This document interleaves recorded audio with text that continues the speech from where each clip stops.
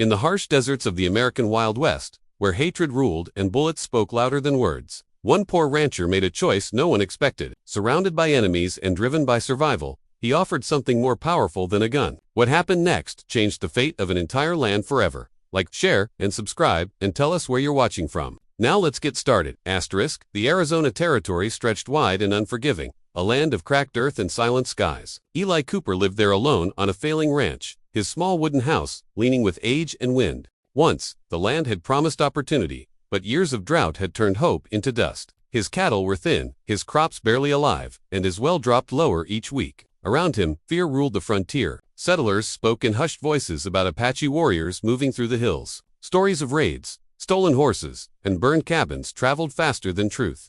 Eli listened, but poverty had taught him something fear could not. Every man fighting to survive was not so different. Asterisk, each morning, Eli rose before the sun, conserving strength like water. He patched fences with worn wire, counted cattle that no longer filled the pasture, and watched the horizon for signs of trouble. His rifle stayed close, not from hatred, but from necessity. He had lost neighbors to violence on both sides, settlers and Apache alike. Soldiers passed through occasionally, promising protection, but they never stayed long.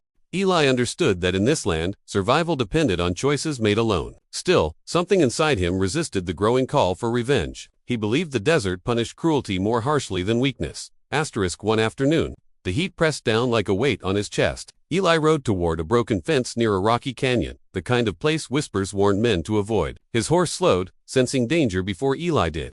That was when he saw them three Apache warriors standing near their horses, which swayed unsteadily. Dust clung to their clothes, and their faces showed exhaustion rather than aggression. Time seemed to stop. Eli's hand tightened on his rifle, heart pounding. He knew how this was supposed to end. Fear demanded violence, and violence demanded justification. Yet something felt wrong, like striking a dying man. Asterisk, the silence between them grew heavy. No one moved. Eli noticed the cracked lips of the nearest warrior and the way one horse knelt weakly, unable to stand. These were not men preparing for battle.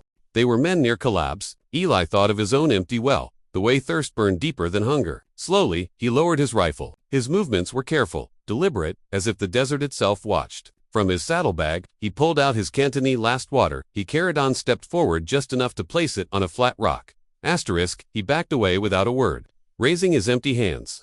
The Apache watched closely, suspicion sharp in their eyes. For a long moment, no one dared move. Then the oldest of the three stepped forward, his posture proud, even in weakness. He studied Eli's face, searching for deceit. Finding none, he lifted the canteen and drank sparingly, as if honoring the gift by not wasting it. He passed it to the others. Eli felt the tension ease slightly, like a storm drifting away without rain. No gunfire echoed, no blood darkened the sand. Asterisk, as the Apaches finished. The elder nodded once, a small gesture loaded with meaning. Eli returned the nod, understanding without words. They mounted their horses and disappeared into the canyon, leaving behind silence and questions. Eli stood there long after, unsure if he had just saved lives or signed his own death warrant. The ride back to his ranch felt longer, his thoughts louder than the wind. He wondered how the settlers would judge him if they knew. Mercy was often mistaken for betrayal in hard times.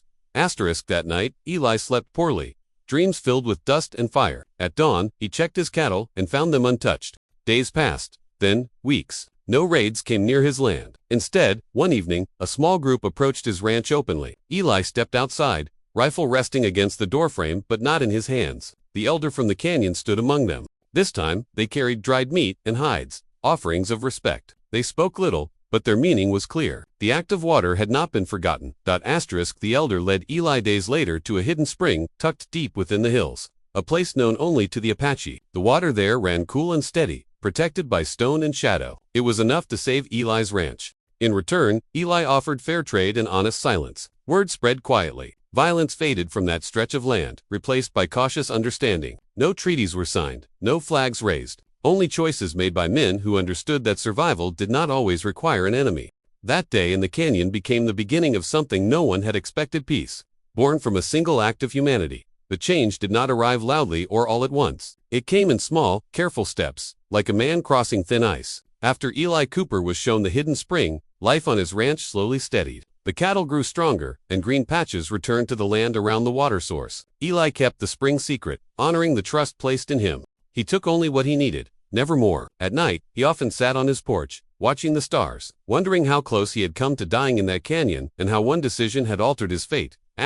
The Apache began to pass near his land without hiding. Sometimes, Eli would find signs of their presence: fresh tracks, a repaired fence post, or game left hanging from a tree. These were silent messages, promises that his ranch was under watch. Other settlers noticed the calm. Wagons crossed the area safely, and rumors spread that the land near Cooper's ranch was somehow protected. Some accused Eli of making deals with enemies, but none could deny the peace that followed him like a shadow. One afternoon, a group of settlers arrived, angry and afraid. They demanded to know why Eli's land was spared, while others suffered. Eli did not speak of the spring or the canyon. He only told them the truth, that hatred invited more blood, and respect sometimes brought safety. His words were met with doubt and scorn. Fear was easier to believe than mercy. Still, when no attacks followed, some began to listen. A few even asked Eli to speak on their behalf if the Apache ever returned. The meeting came sooner than expected. A violent clash elsewhere had brought soldiers into the region, and the Apache feared another wave of punishment. Taza, the elder, came to Eli with concern etched deep into his face. Through gestures and broken English, he made it clear that war would destroy both sides. Eli understood. He rode with Taza to a neutral valley where settlers, Apache, and a few wary soldiers stood facing one another. Tension crackled in the air, ready to explode. Eli stepped forward, his heart pounding harder than it ever had behind a rifle. He spoke of water, of thirst, of how the land punished everyone equally. He spoke of the canyon day, not as a miracle, but as a choice any man could make. Taza followed, speaking in his own language, his voice steady and strong. Though many could not understand his words, they understood his intent. He placed his weapon on the ground. Slowly, others did the same. No official peace was declared that day, but blood was avoided. The soldiers withdrew, unwilling to provoke a united resistance. Trade began cautiously. The Apache exchanged knowledge of the land for tools and food. Settlers learned which paths to avoid and which seasons demanded respect. Eli became an unspoken bridge between two worlds, though he never sought that role. He remained a rancher, tending cattle and mending fences. But his presence carried weight.